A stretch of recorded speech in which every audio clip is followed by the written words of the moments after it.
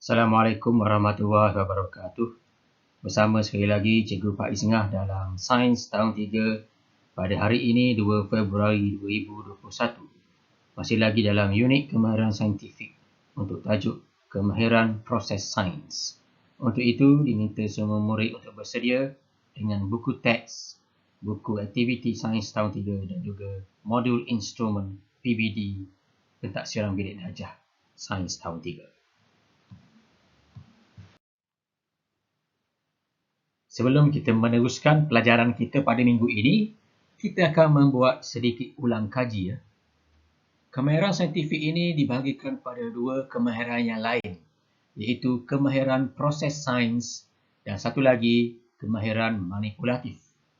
Pada minggu lepas dan juga minggu ini, kita masih lagi mempelajari kemahiran proses sains. Pada minggu lepas, kita telah pun mempelajari kemahiran proses sains yang pertama, iaitu memerhati. Jadi pada hari ini pula, kita akan mempelajari 3 lagi kemahiran di bawah kemahiran proses sains, iaitu kemahiran mengelas, kemahiran mengukur dan menggunakan nombor, dan kemahiran membuat inference dan meramal. Diharapkan semua murid untuk bersiap sedia bagi meneruskan pembelajaran kita yang seterusnya. Okey, kemahiran yang seterusnya ini ialah kemahiran mengelas. Okey, kita akan mengelas sesuatu benda itu. Okey, benda itu berada dalam kategori mana ataupun berada dalam kumpulan mana. Okey, kalau buka buku aktiviti sains pada muka surat 3, di situ dia ada mengelas benda hidup. Mengelas benda hidup itu dibahagikan kepada 2 perkara. Perkara pertama ialah benda hidup haiwan. Haiwan ya. Dan yang kedua, benda hidup yang perlu kita kategorikan atau kita kumpulkan ialah tumbuh-tumbuhan.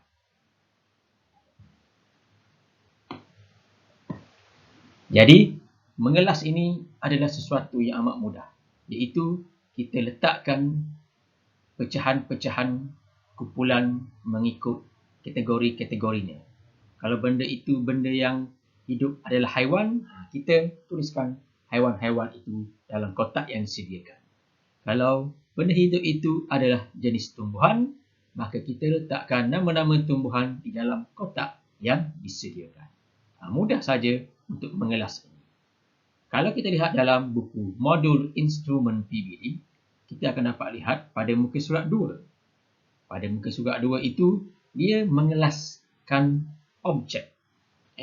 Objek yang ada di situ ialah objek yang hidup dan juga objek yang tidak hidup. Jadi, kita tuliskan nama yang betul untuk objek hidup atau benda yang hidup dalam kotak yang disediakan dan juga objek atau benda bukan hidup dalam kotak yang disediakan juga. Amat mudah sekali kerana pilihan-pilihan jawapan sudah pun disediakan di situ. Jadi, anak-anak murid sekalian boleh memilih dan boleh menuliskan manakah objek-objek ataupun benda-benda yang sepatutnya diletakkan dalam kategori kumpulannya. Amat mudah sekali kan? Selepas selesai kemahiran mengelas benda, kita akan pergi kepada kemahiran yang seterusnya, iaitu kemahiran mengukur dan menggunakan nombor. Okey, kalau kita lihat dalam buku teks dan juga buku aktiviti serta buku modul, biasanya ada alat-alat khas yang digunakan untuk kita mengukur dan menggunakan nombor pada ukuran tersebut. Jadi, benda-benda ataupun alatan-alatan untuk mengukur itu yang biasa kita belajar untuk darjah 2 ini ialah yang pertama, jam randi. Okey. Jam randi. Jam yang ada masa itu. Di sini, jam randi. Yang saya tandakan dengan warna merah itu. Jam randi ini, kalau kita tekan, dia akan keluar pergerakan nombor mengikut bilangan saat sehinggalah minit dan seterusnya. Jadi, jam randik digunakan untuk mengukur sesuatu kelajuan atau mengukur sesuatu masa. Dan unit piawai bagi jam randik yang digunakan ialah saat. Okay, alatan yang kedua yang kita gunakan untuk mengukur dan menggunakan nombor menggunakan alat tersebut ialah penimbang. Penimbang ya, yang berwarna kuning. Penimbang. Penimbang ini kita menggunakan atau dinamakan unit piawai daripada alat penimbang ialah gram ataupun kilogram. Kalau sekarang ni ada banyak jualan durian-durian, durian itu boleh kita timbang atas penimbang ini. Jadi penimbang untuk unit piawai yang kita gunakan ialah gram ataupun kilogram. Dan alat yang ketiga pula kita gunakan untuk mengukur. Dan nombor-nombor yang kita gunakan untuk alat tersebut ialah yang ketiganya alat yang diberi nama silinder penyukat. Ya, silinder penyukat ni. Okey. Silinder penyukat ini menggunakan unit piawai mililiter. Ada juga silinder penyukat yang sehingga menggunakan unit liter. Jadi kalau silinder penyukat itu pendek saja, maka unit piawai yang digunakan ialah mililiter. Untuk menyukat cecair. Dan satu lagi, alat yang mengukur biasa kita gunakan yang anak-anak murid selalu gunakan di rumah, di sekolah ialah pembaris. Okey. Pembaris. Ini dia pembaris yang cikgu tandakan dengan warna hijau. Biasanya pembaris pendek itu kita gunakan menggunakan unit piawai sentimeter. Kalau ada pembaris yang pendek mungkin sehingga 15 cm ataupun pembaris yang panjang sedikit sehingga 30 cm. Jadi alat-alat yang digunakan mempunyai unit piawaian masing-masing. Mudah saja.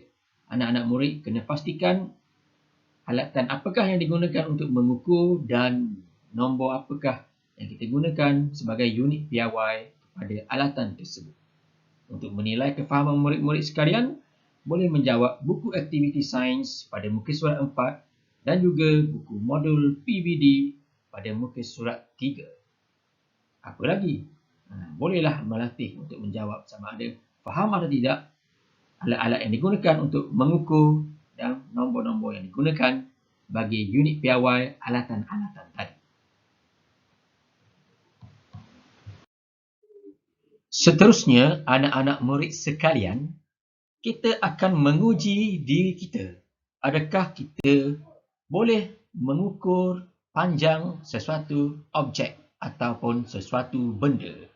Oleh itu, anak murid diminta untuk melihat buku aktiviti sains yang berwarna biru, yang berwarna oranye, yang berwarna oranye itu rujuk pada muka surat 5. Okey. Cuba ambil pembaris. Pastikan pembaris anak murid pembaris yang elok, yang mempunyai ukuran unit piawai yang betul.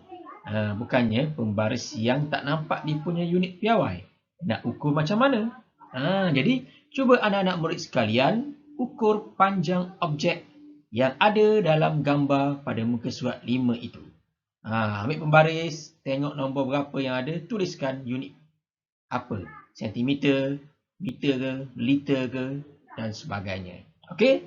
Yang bahagian atas. Yang bahagian bawah, selepas mengukur panjang objek-objek seperti gunting, pemadam, pembaris semua itu, anak-anak murid diminta untuk mengukur pula objek-objek yang lain yang ada di rumah.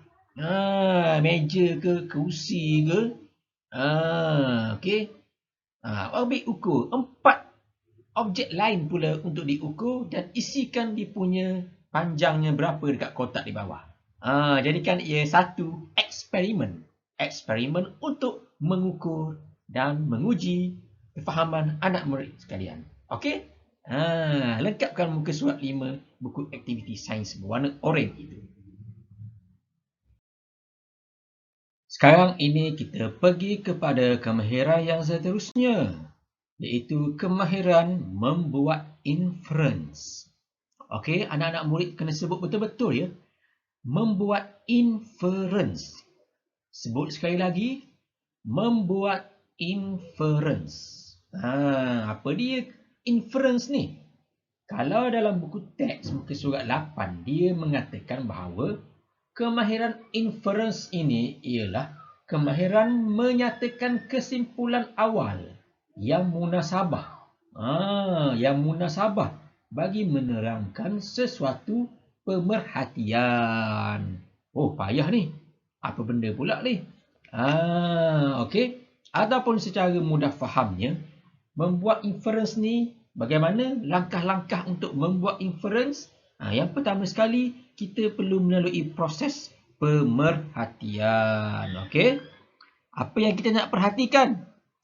Kita perhatikanlah apa benda yang berlaku di sekitar kita. Kita perhatikan objek ke, kita perhatikan situasi ke, kita tengok betul-betul apa yang berlaku. Kemudian, setiap apa yang berlaku itu ada dia punya maksud dia. Ada dia punya makna dia. Yang perlu kita terangkan. Melalui apa? Melalui suatu bentuk penerangan yang munasabah. Penerangan munasabah ni maknanya penerangan yang logik lah. Bukan penerangan yang ikut suka hati kita.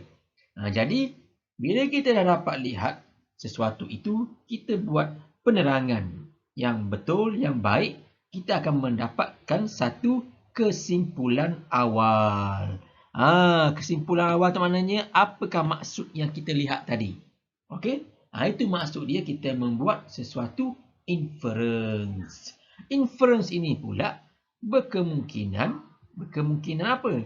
Berkemungkinan ia adalah suatu yang benar. Okey.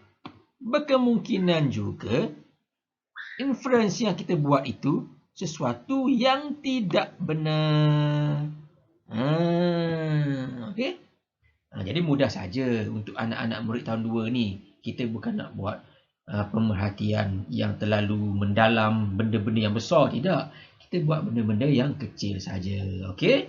Bagaimana nak tahu membuat inference ini? Kita lihat buku aktiviti muka surat 6 sehingga muka surat 8. Okey? Boleh jawab bagaimana cara untuk membuat inference dan juga meramal. Okey? Kalau buku modul PBD, kena lihat muka surat 4. Okey? Okey, inference dan juga meramal. Ia lebih kurang berkait antara satu sama lain. Kalau kita meramal itu, kita melihat sesuatu itu apa akan jadi pada sesuatu itu. Okey?